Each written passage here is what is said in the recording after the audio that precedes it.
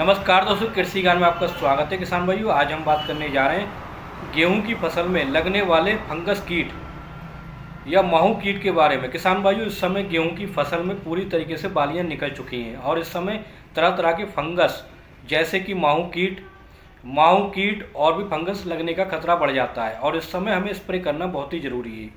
किसान भाइयों, इस समय बाली की गबोद अवस्था में है, बाली में जो दाना पड़ने की अवस्था है और इस समय अगर माहू कीट लग जाता है तो माहू जो होता है गेहूं की बालियों का रस चूस लेता है और गेहूं का दाना जो होता है एकदम से सिकुड़ जाता है, सूख जाता है और इसलिए हमारी गेहूं की पैदावार बहुत कम हो जाती है। इसलिए समय पर गेहूं में लगने वाले फंगसों से छुटकारा पाने के लिए समय पर हमें इसका स्प्रे करना बहुत ही ज़रूरी होता है।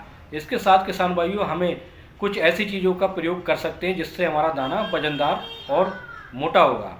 सारी जानकारी दी जाएगी किसान भाइयों। अगर आपने हमारे चैनल को सब्सक्राइब नहीं किया तो सब्सक्राइब जरूर कर लें ताकि आपके लिए ऐसी जानकारी वाली वीडियो ला सकें।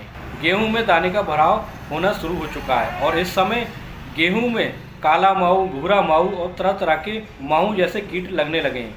किसान भाइयों, इसे में हमें एक ऐसी दवा का हमें स्प्रे करना है जिसके करने के बाद किसान भाइयों इसमें माहू कीट का जो खतरा है वो बिल्कुल एक तरीके से समाप्त हो जाएगा। किसान भाइयों, माहू कीट की स्प्रे हम 2 बार कर सकते हैं, एक इस समय गेहूं में बालियां निकलते समय और गेहूं में जब दाना बन जाता है उसके बाद भी हम स्प्रे कर सकते हैं। किसान भाइयों, सबसे पहला स्प्रे हमें जब करना है जब गेहूं में बालियां निकलने वाली हैं। इसमें किसान भाइयों हमें करना है, इसमें हमें एक दवा लेना है थायोमेथाक्सम 25% WDG।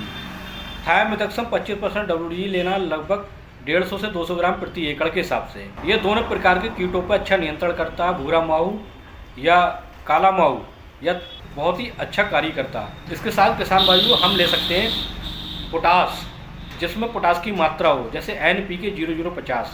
NPK 0050 में केवल और केवल पोटास की मात्रा होती है। हमें अगर हम पोटास देते हैं किसान भाइयों, पोटास का स्प्रे करते हैं, इस समय हम NPK 0050 का अगर स्प्रे करते हैं तो जो पोटास होती है किसान भाइयों, उससे दाने का भराव अच्छे से होता है और दाने में पर्याप्त नमी बनी रहती है जब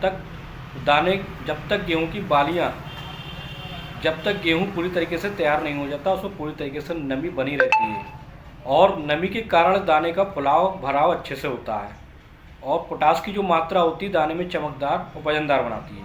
इसकी हम मात्रा की बात करें, NPK 0050 1 किलोग्राम प्रति एकड़ के हिसाब से इन दोनों दवा का घोल बनाकर हमें अच्छे से स्प्रे कर देना है। किसान भाइयों, बालियों में अच्छे से कीटों के साथ साथ बालियों में चमकदार और बालियां वजनदार बन जाएगी और पैदावार में इजाफा होगा। किसान भाई, ये बहुत ही ज़रूरी स्प्रे, इसको हमें करना ही करना है क्योंकि ये अगर ना करने से किसान भाइयों हमारी जो गेहूं की पैदावार काफ़ी हद तक बहुत कम हो सकती है।